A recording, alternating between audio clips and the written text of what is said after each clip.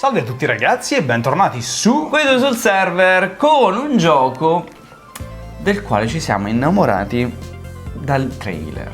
Più che altro io me ne ero innamorato perché tu eri ancora tutto preso a giocare a Zelda, quindi non potevi innamorarti di null'altro. Io invece l'ho preordinato con un anticipo mostruoso, tant'è che quando poi è arrivato a casa mia ho risparmiato €1, perché nel frattempo l'inflazione, No, comunque stiamo parlando di Rime. Che gioco è? Perché ci ha colpito il trailer? Perché l'abbiamo preso subito? Queste sono tutte domande a cui si può rispondere con una parola. La musica. Quando ho visto il trailer c'era questa musica che era veramente pazzesca, orchestrale. Le immagini erano molto belle, però insomma la grafica non era niente di che, era molto cartunesca, tutti i colori piatti. Mi ha ricordato anche molto Zelda come impostazione della paletta cromatica e tutto il resto, però la musica era fantastica e sembrava essere un titolo puzzle platformoso che a me, sapete bene, piace tanto come genere. Ora, A me no, però adesso ci arriviamo. piena piena. Sigla.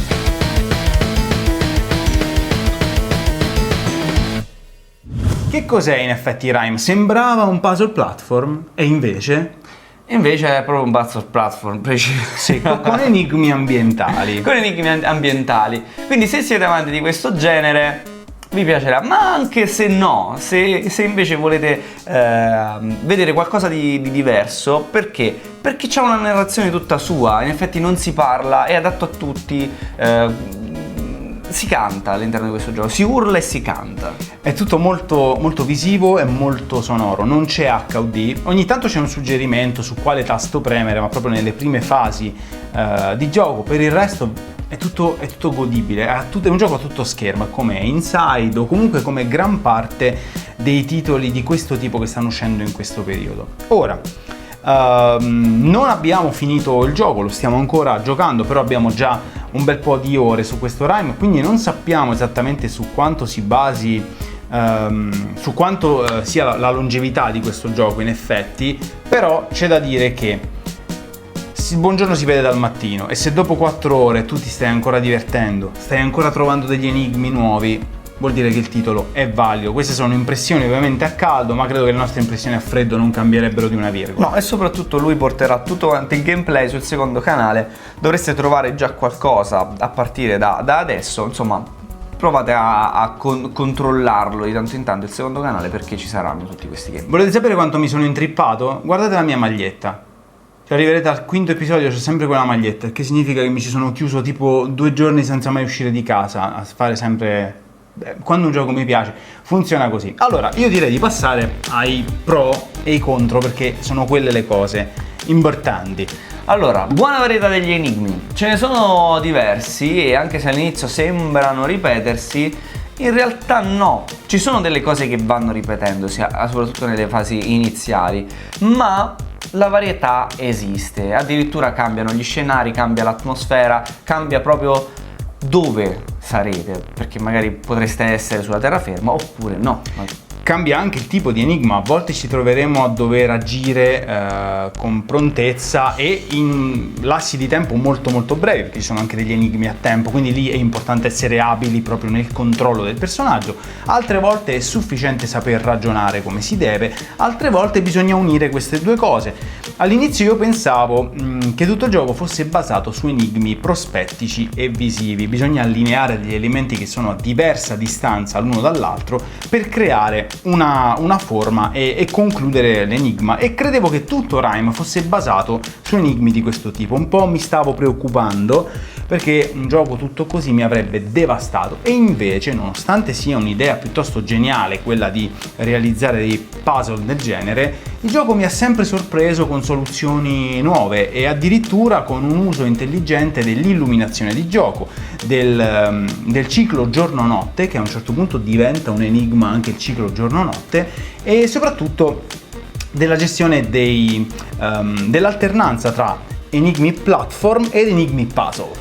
Abbiamo speso 2 parole già per la musica, però l'annovererei anche tra i pro, perché porca miseria la musica, nel senso che potrebbe essere acquistata come colonna sonora a parte e ascoltata per ore e ore e ore e non stancherebbe, soprattutto se siete amanti di quel tipo di musica orchestrata, bella, piena, molto piena.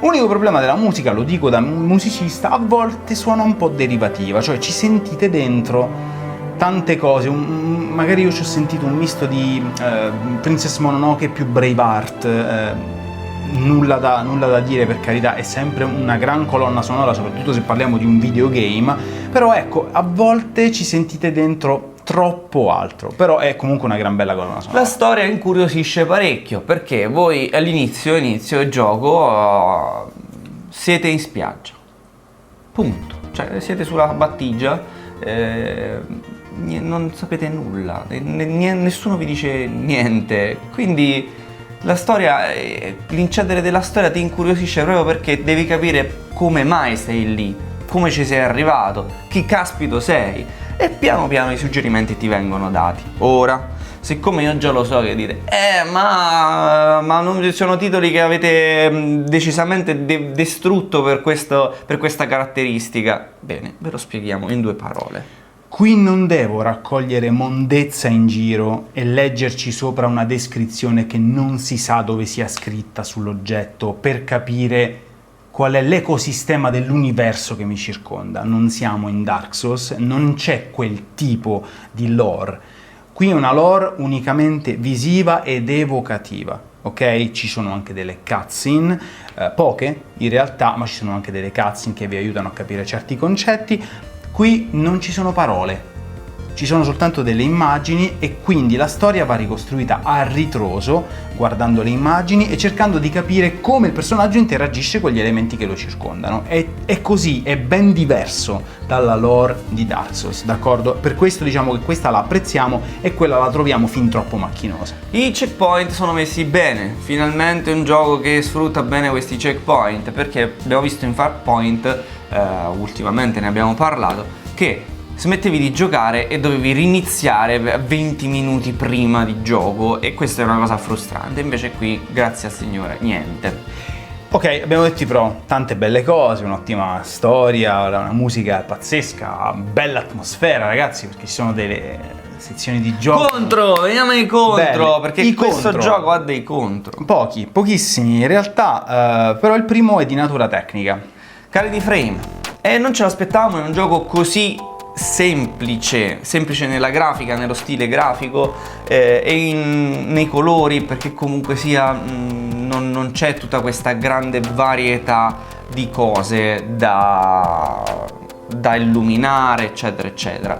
Quindi ottimizzazione grafica che poteva essere fatta meglio, perché anche su PlayStation 4 Pro si hanno dei cali di frame rate, addirittura dei freeze in alcuni punti. Non voglio sapere sulla 4 che cosa viene fuori, però Unreal Engine in genere è molto molto generoso con qualsiasi tipo di hardware. In questo caso sono riusciti ad appesantire il titolo, peccato perché non è che ci sia tutta sta fisica, no, okay. Purtroppo no.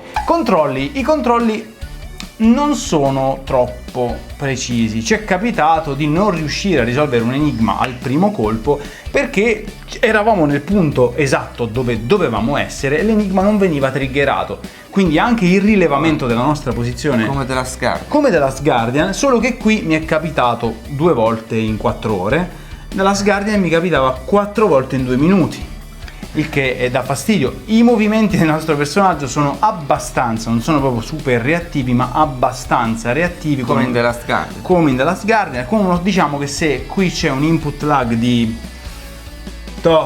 170-200 millisecondi, The Last Guardian comunque c'è un input lag sotto il minuto, comunque sia, però ecco, diciamo non sono proprio i massimi controlli, ma comunque rispetto a The Last Guardian siamo di fronte a Super Mario, a Sonic, d'accordo? Perché parliamo di The Last Guardian?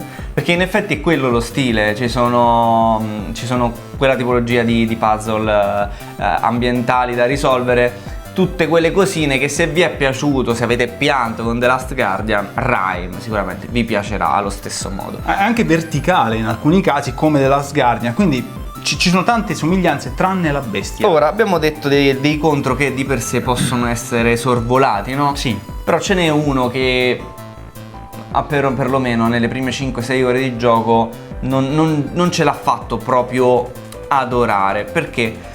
Un altro titolo di cui possiamo parlare è Inside. Inside, io mi ricordo per filo e per segno alcune fasi di gioco, ma proprio fasi di gioco, alcune cose che mi hanno messo l'ansia, che ancora mi sto chiedendo perché siano state fatte.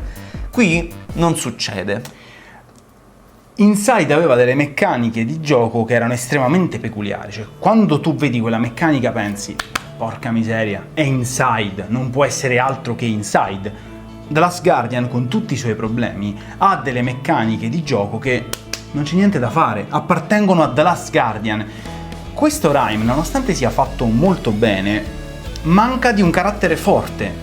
Non c'è una sola cosa in questo gioco che ti farebbe pensare, ok, questo è Rime, è proprio lui, E infatti un Rime 2 non so su cosa si potrebbe basare, se non sulla stessa impostazione grafica e magari sullo stesso compositore per le stesse musiche, ma veramente c'è qualcosa che manca a questo gioco ed è una caratteristica forte, distintiva. Per il resto rimane un ottimo titolo, lo consigliamo a tutti gli amanti del genere, ma non solo, anche quelli che vogliono provare qualcosa di veramente diverso dai soliti giochi che ci sono adesso, perché è disponibile per tutte le piattaforme, quindi dategli un occhio. Molto bellino.